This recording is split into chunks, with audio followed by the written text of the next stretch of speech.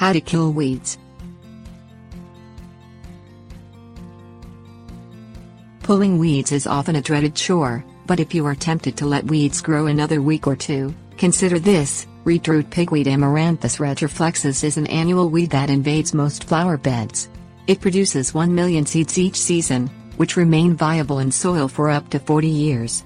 Pulling just one weed eliminates almost 1 million new weeds for 4 decades. Let the case of pigweed be your motivation. Garden plants versus weeds. Weeds rob garden plants of light, water, nutrients and space to grow above and below ground. Weeds can host unwanted insects and spread diseases. In some cases, weeds affect human health, causing skin rashes and allergies. Hand pulling. Pulling plants by hand is the most targeted way to eliminate plants you consider weeds. It is important to hand pull weeds before they flower and turn to seed. Pull them as soon as they emerge. If the weed is mature with strong roots, the hand pulling is easier with wet soil. Saturate the top 6 to 8 inches of soil around the weeds. Using your entire hand, reach down below the soil line and grasp the top of the taproot. With a firm grip on the taproot, pull straight up in a twisting motion.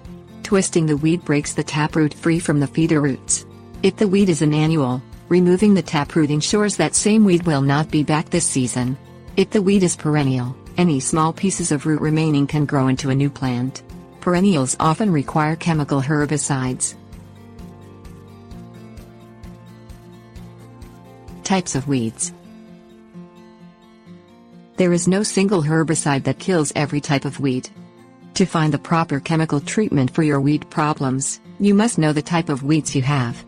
There are 4 types of weeds: broadleaf, grass, sedge and aquatic. Broadleaf weeds have wide leaves with veins branching out across each leaf.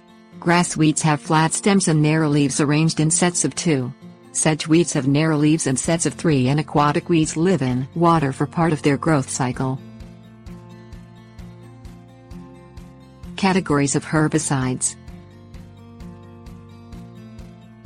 The categories for herbicides are pre-emergence selective, post-emergence selective and post-emergence non-selective.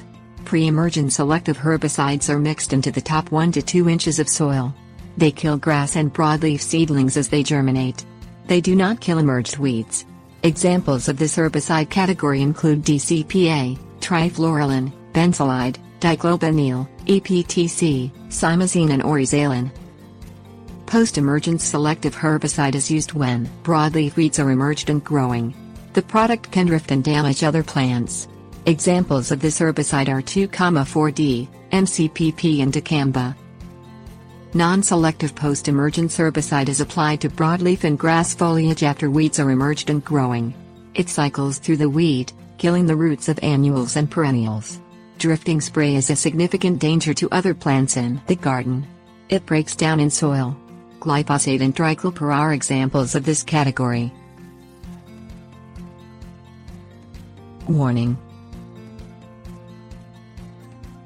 When choosing a chemical herbicide, read the label carefully to determine if the product targets the types of weeds you have. You may need more than one herbicide. Do not mix products. Use with care. Chemical herbicides are approved by a number of government agencies before being sold to the public. When used as directed, most herbicides are safe for people and animals. Here are some additional precautionary measures to follow. Always leave herbicides in their original containers and keep out of reach of children. Do not pour any unused herbicides down the drain, on the ground, in streams or in ditches. Wear protective clothing including a long-sleeved shirt, long pants, socks, shoes, safety glasses and gardening gloves. Wash skin after applying chemicals. Only use one sprayer for each kind of chemical and label the sprayer accordingly. Do not eat, drink or smoke while applying chemical herbicides. Avoid touching your eyes, mouth or skin while working.